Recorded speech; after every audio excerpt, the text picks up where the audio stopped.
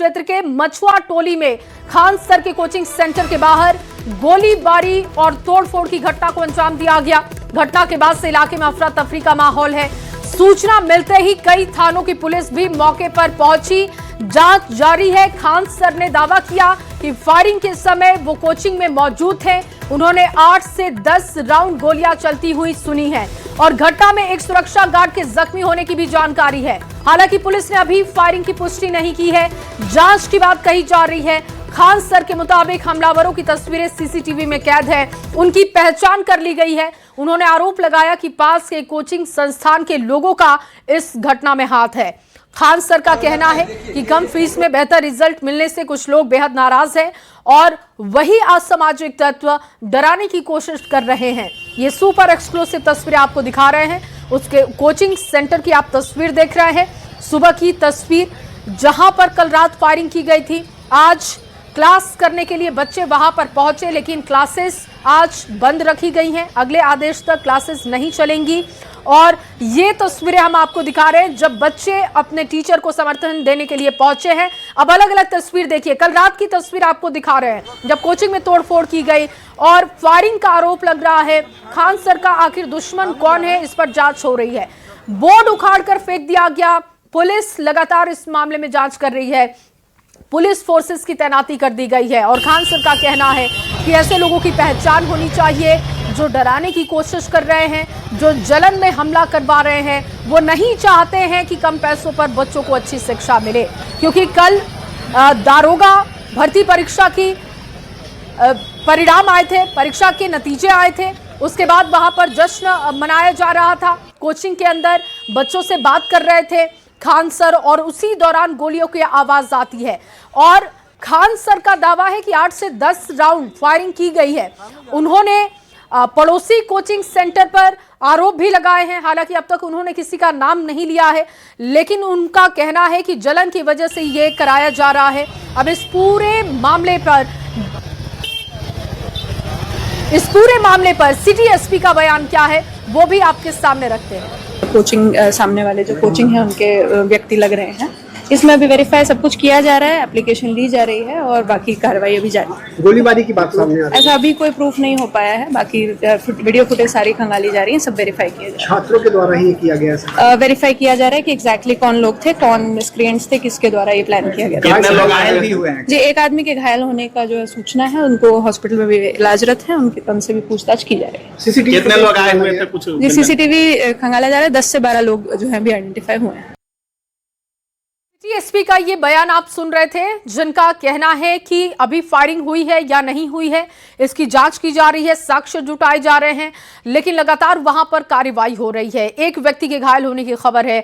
Khan coaching पर गोलीबारी मामला, कोचिंग के बाहर छात्रों का अब हुजूम दिखाई दे रहा है और अगले आदेश तक खान कोचिंग बंद है। छात्रों से घर जाने की लगातार अपील खान सर करते हुए देखे गए और अपनी बालकनी में पहुंचकर, ये सुबह की तस्वीर हम आपको दिखा रहे हैं, जब अपनी बालकनी में वो पहुंचे थे, छात्रों से अपील कर रहे थे कि आप अपने घर वापस लौट जाइए।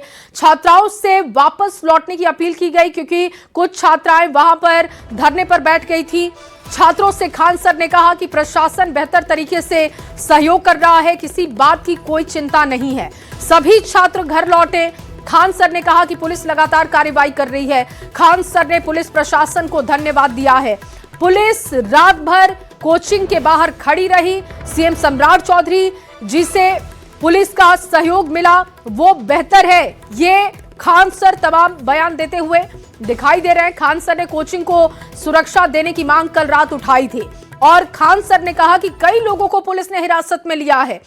इसके साथ साथ वो कह रहे हैं कि सड़क खाली करें, सड़क खाली नहीं करके लोगों को आप परेशान करेंगे क्योंकि वहां पर जाम की स्थिति बन गई है। लगातार ये तस्वीरें आपको दिखा रहे हैं। ये सुबह की तस्वीरें हैं और खान सर का गोलीबारी के बाद, घटना के बाद क्या बयान सामने आया है वो भी आपको सुनवाते हैं। अभी पुलिस के पास इसकी जानकारी है, जो चीज अभी पुलिस की चीज अभी हमको उसका नहीं पता, लेकिन यहाँ पे पुलिस ने प्रॉपर गुरुजी का बात सुरक्षा प्रदान करके रखे हैं। रात भर पुलिस की यहाँ 1 से 2 कंपनियां तैनात थी और हम प्रशासन का धन्यवाद देते हैं और माननीय मुख्यमंत्री जी से उम्मीद करते हैं कि त्वरित कार्रवाई करेंगे और उचित न्याय दिलाएंगे। उनको पूरा भरोसा है। अभी फिलहाल पुलिस ने सिक्योरिटी दिया है और मुख्यमंत्री जी से हम गुहार लगाएंगे कि कृपया यहाँ विद्यार्थी ज्यादा रहते हैं, यहाँ सुरक्षा मुहैया किया जाए ताकि यहाँ पे बच्चे सामान्य जीवन से अपनी पढ़ाई कर सके। बॉय लोग प्लीज, आप लोग अब अपने अपने जब हॉस्टल लॉज में लौट जाएंगे, प्लीज बॉय लोग हम लोग निकलते चलिए। बॉय लोग अब वहाँ भी आप लोग भी कोऑपरेट करिए, हम निकलते चलिए। हाँ हेलो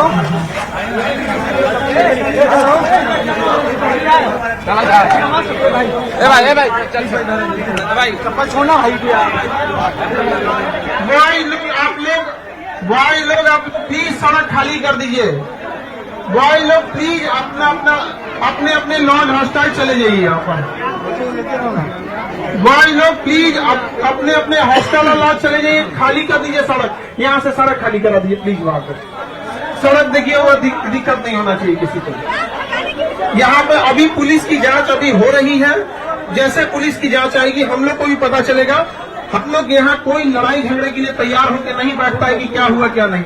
जो सबसे पहले इसी जगह जहाँ आप खड़े हैं, यहीं से गार्ड को घसीट के ले जाकर वहाँ मारा गया है। गार्ड को इतना चोट लगा है कि अभी वो कुछ बताने की स्थिति में नहीं है। जैसे हम लोग के पास आएगा एग्जैक्ट चीजें बताने लगेंगे। हम लोग को भी आइडिया नहीं रहता क्योंकि विद्यार्थी का एरिया है। यहाँ कई बार ऐसा होते रहता है, कभी क्रिकेट हुआ तो हो हंगामा होते रहता है। तो शुरुआती कुछ दौर में ऐसा लगा था कि शायद कोई क्रिकेट हो रहा है, लेकिन जब पता चलने लगा कि लड़ाई झगड़ा हो रहा है तो मेन उस बच्चे को बचाने के लिए जो गार्ड था रात की ड्यूटी में, और चूंकि 10 बज गया था उस समय ज्यादातर लोग की ड्यूटी ऑफ हो जाती है, तो ज्यादातर लोग अभी हम नहीं बता सकते हैं। लेकिन स्थिति वो आई उस समय रात में, इमरजेंसी में हम लोग को पीएमसीएच एडमिट कराना पड़ा था। अभी देखते हैं स्थिति कैसी होती है, लेकिन सबसे पहली प्राथमिकता उस गार्ड की जान के लिए। अब पता नहीं वो गार्ड को मारा क्यों, कौन निशाना था, वो तो गार्ड सामने मिल गया, लेकिन निशाना कुछ भी हो सकता था यहाँ पे, लेकिन बहुत बेरहमी से मारा गया है। आप लोग अगर गार्ड की स्थिति देखिएगा तो आप लोग खुद दंग रह जाइएगा। देखिए हम लोग की कोशिश यही रहती है कि गरीब से गरीब बच्चे को पढ़ाया जाए, जब तक अंतिम पीढ़ी तक को हम लोग को शिक्षा पहुंचानी है। इसमें कुछ लोग बाधा बनते हैं और हमें प्रशासन से पूरा भरोसा है। और जिस तरह से माननीय मुख्यमंत्री जी का यहाँ पर पुलिस प्रशासन ने अपना सजगता दिखाया, रात भर हमको लगता है 2 बजे तक पुलिस के आला अफसर यहाँ थे, चाहे वो एसएसपी साहब हो या एसपी साहब, डीएसपी साहब, एसएचओ, हमारे थाना के अगल बगल के थाना जितने हैं सारे अफसर लोग यहाँ रात 2 बजे तक थे। उसके बाद भी यहाँ पर पुलिस लाइन से लगभग 1 से 2 कंपनियां पूरी रात तैनात थी, अभी भी यहाँ पर है। देखिए पुलिस के लिए है जल्दी से जल्दी कार्रवाई करे और जो भी इसका दोषी है उसे सजा दिया जाए, और ये आपसी द्वेष नहीं रखना चाहिए किसी को भी। और देखिए इस बीच खान सर ने हाथ जोड़कर कोचिंग के बालकनी से छात्रों को घर वापस जाने की अपील की है। खान सर लगातार छात्रों से घर जाने की अपील करते हुए देखे गए। और अब आपके सामने नवादा से बड़ी खबर रखने जा रहे हैं, जहां पर पुलिस की मारपीट का वीडियो सोशल मीडिया पर तेजी से वायरल हो रहा है। और वायरल वीडियो में यातायात पुलिस खुलेआम एक बाइक सवार युवक को लात घूंस से मारती हुई दिखाई दी है, जिसमें पुलिसकर्मी शामिल हैं। काफी संख्या में लोग जमा होकर पुलिस का विरोध करने लगे, जिसके बाद यातायात पुलिस लोगों का विरोध देखकर वहां से भाग गई। वीडियो शहर के प्रजातंत्र चौक का बताया जा रहा है। ये तस्वीर देखिए, पुलिस की मारपीट का वीडियो वायरल हुआ है, जिसके बाद से लोगों में नाराजगी है। युवक पर लात घूंसे बरसाते हुए पुलिस के लोग दिखाई दिए और जिसके बाद भारी विरोध किया गया है। युवक पर लात घूंसे बरसाते पुलिस कर्मियों की तस्वीरें सोशल मीडिया पर वायरल हो रही हैं। लोगों के विरोध के बाद वहां से पुलिस भागी। शहर के प्रजातंत्र चौक का ये वीडियो बताया जा रहा है। हालांकि इस वीडियो की सच्चाई क्या है, अब इसकी जानकारी जुटाई जा रही है। पुलिस की टीम वहां पर पहुंची, लोगों को समझाने बुझाने की कोशिश की गई और पुलिस की गुंडागर्दी की तस्वीरें लगातार आपको दिखा रही है। 2 तस्वीरें देखिए, चेकिंग के दौरान ये पिटाई की गई है, जहां पर आप देख रहे हैं एक शख्स जिसको रोका जाता है, उसके बाद उसकी पिटाई कर दी जाती है और इसी बात को लेकर लोगों में नाराजगी दिखी है, जिसके बाद लोगों का गुस्सा फूटा।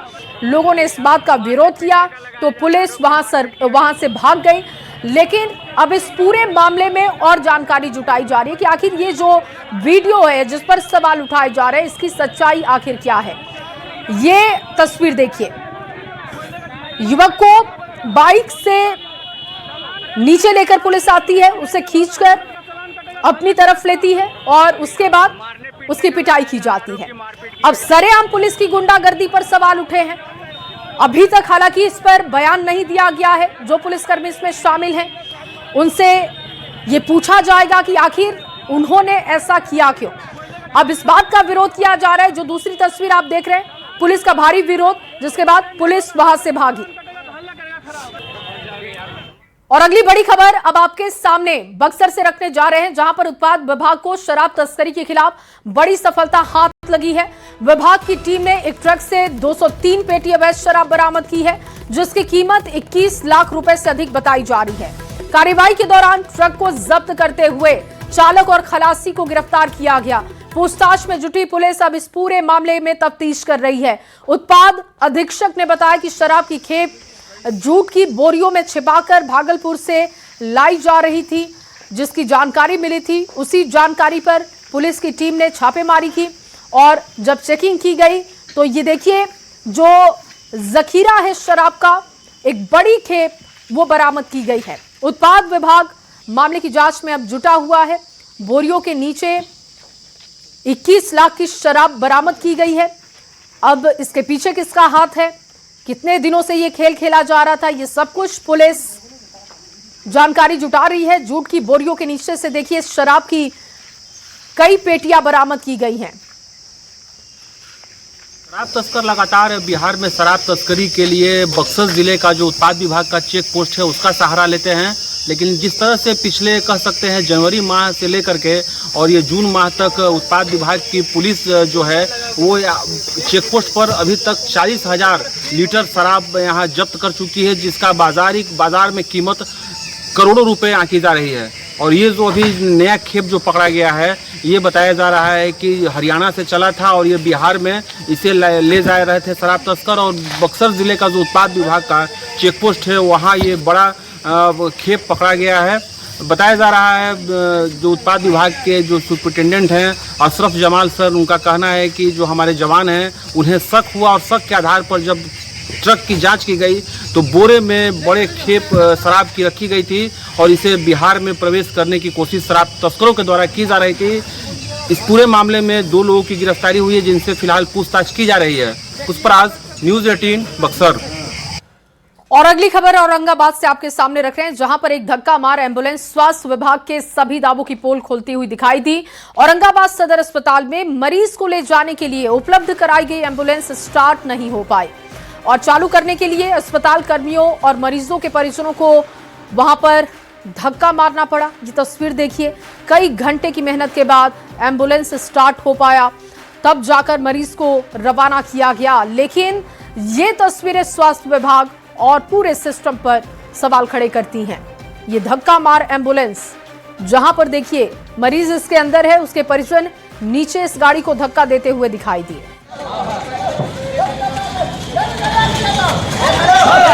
तो स्वास्थ्य विभाग के दावों की एक बार फिर से पोल खुल चुकी है, जहां पर दावे हो रहे हैं कि बेहतर सुविधाएं मिल रही हैं। दूसरी तरफ एम्बुलेंस स्टार्ट नहीं हो पाया, बहुत देर तक वहां पर इस एम्बुलेंस को लोग धक्का देते रहे, जिसके बाद एम्बुलेंस स्टार्ट हो पाई और मरीज को रवाना किया गया। लेकिन सोचिए जरा कि अगर गंभीर बीमारी का अगर मरीज हो जिसको तुरंत इलाज की जरूरत हो, अगर इस गाड़ी से उसे ले जाया जाए तो क्या उसकी जान बच पाएगी।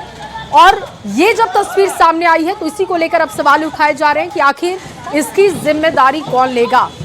स्वास्थ्य विभाग के दावों की पोल खोलती हुई ये तस्वीरें लगातार हम आपको दिखा रहे हैं, जो औरंगाबाद से आई है। कड़ी मशक्कत के बाद इस एम्बुलेंस को शुरू किया जा सका, जिसके बाद मरीज को रवाना किया गया।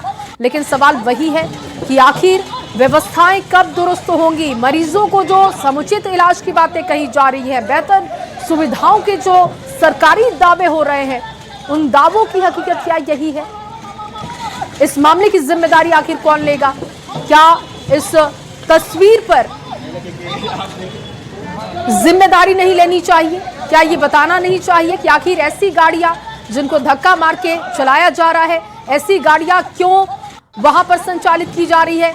न्यूज़ 18 के अब सवाल सामने रख रहे हैं और उम्मीद है कि इन सवालों का जवाब सिस्टम से मिलेगा। स्वास्थ्य व्यवस्था मरीजों को समुचित व्यवस्था कब देगा। धक्का मार एम्बुलेंस से कैसे पहुंचेंगे अस्पताल? और अगर कोई गंभीर बीमारी का मरीज हो और ऐसी गाड़ी से ले जाया जाए, उसकी जिंदगी की जिम्मेदारी कौन लेगा आखिर?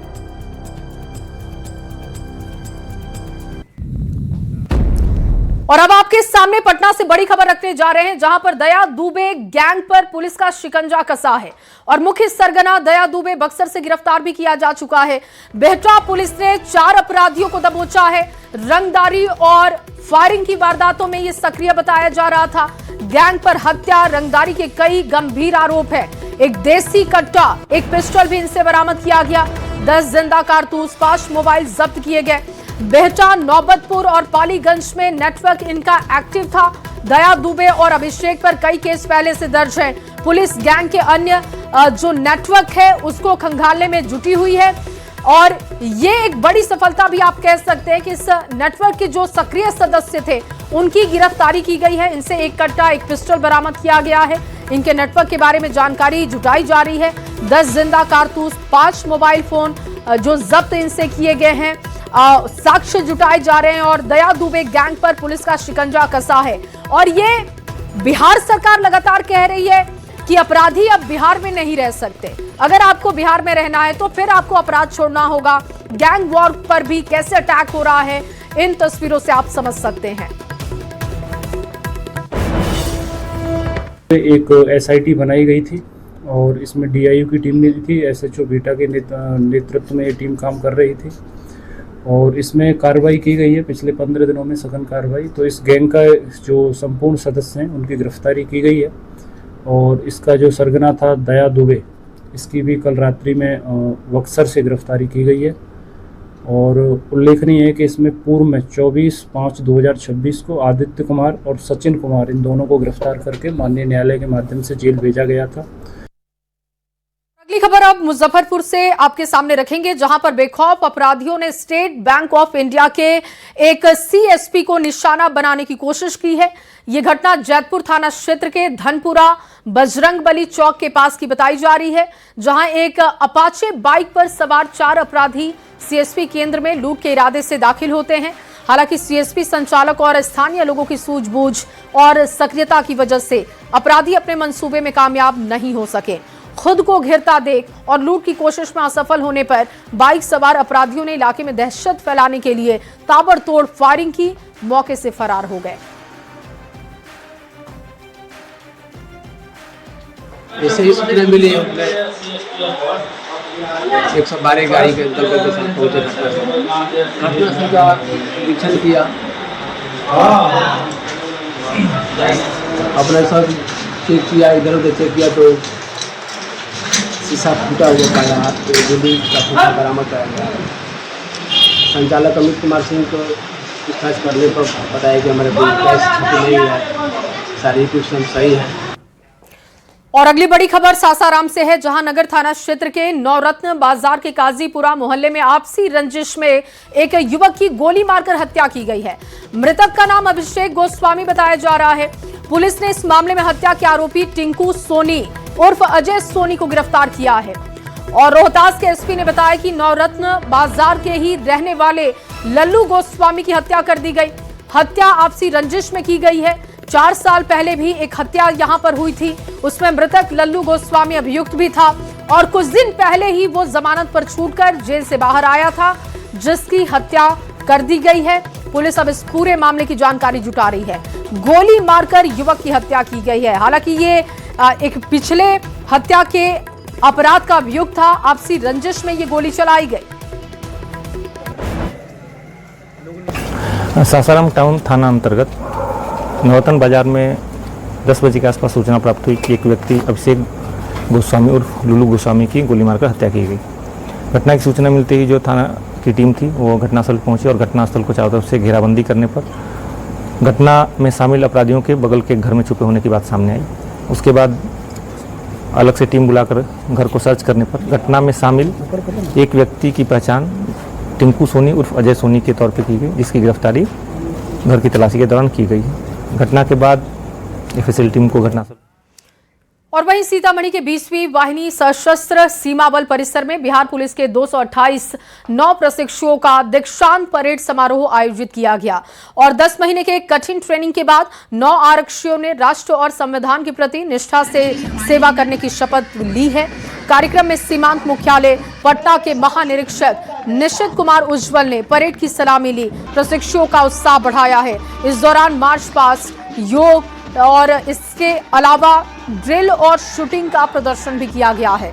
उत्कृष्ट प्रदर्शन करने वाले प्रशिक्षुओं को सम्मानित किया गया। समारोह में बड़ी संख्या में अधिकारी और प्रशिक्षुओं के परिजन पहुंचे हुए थे।